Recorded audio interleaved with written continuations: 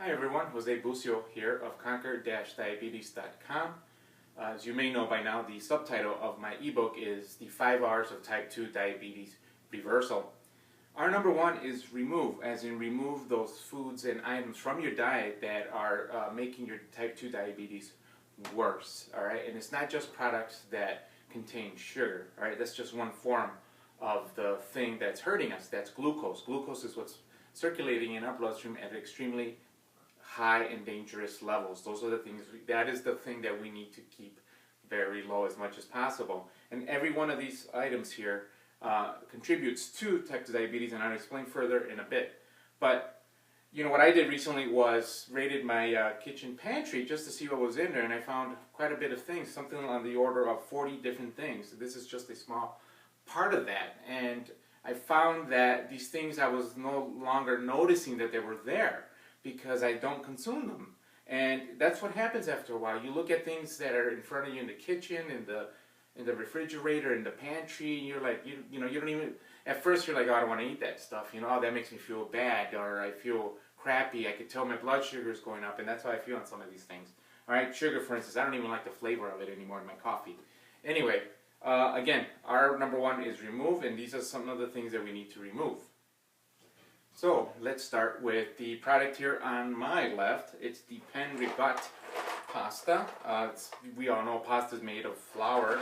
The biggest thing that we need to worry about, again, is not even sugar. That's not even the correct word. We always have to worry about, as type 2 diabetics, we have to worry about carbohydrates. It's the total content of carbohydrates that we need to worry about. We can subtract the fiber, that whatever's in there in fiber, and subtract that, and that gives us the net carbs. Fiber doesn't digest like carbohydrates do, although technically it is a carbohydrate itself. Okay, this pen pasta, 2 ounces of it which is 3/4 of a cup. That's what we use here. I don't know if that's different elsewhere here in the U.S.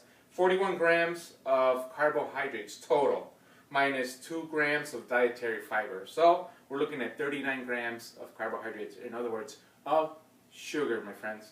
All of this will convert to glucose inside your body, and we are talking about 3/4 of a cup, which is not really a whole lot. Okay, when I ever had this stuff, I'm having more, about 2 to 3 cups. All right, the same really with this lasagna here. Where are we? This one has 38 grams, minus the 2 grams for fiber, and only 2 pieces of this stuff. Excuse me.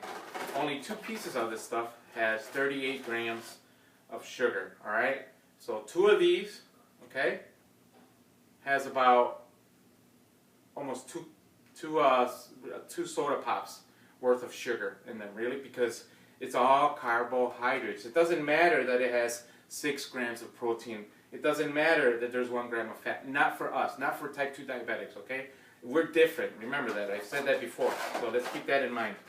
Anyway, let's go on to this Italian-style breadcrumbs. I love breaded stuff, man. Who doesn't, right? So this here isn't too bad. It's 23 grams minus 2.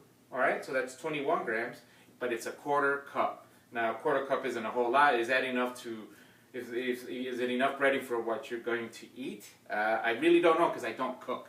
In any event, to me, it's roughly about a can of pop here in the U.S. All right. I bought this agave nectar originally because my sister said it was low glycemic. And at the time, I'm like, oh, that's a great idea, low glycemic, right? But I didn't know then what I know now, okay?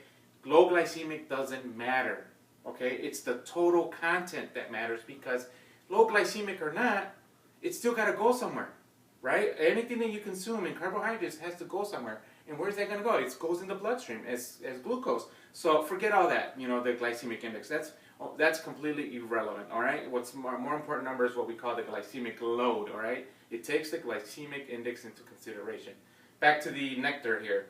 It's all sugar. I was using it in my coffee. I can never get used to the taste either. In any event, it's actually very high because it's syrup, right? Let's see. I can't even read this. It's the fine print, folks. Stay away from it. Hey, I love sprinkles, all right? I love on my cupcakes when I have them and a cake.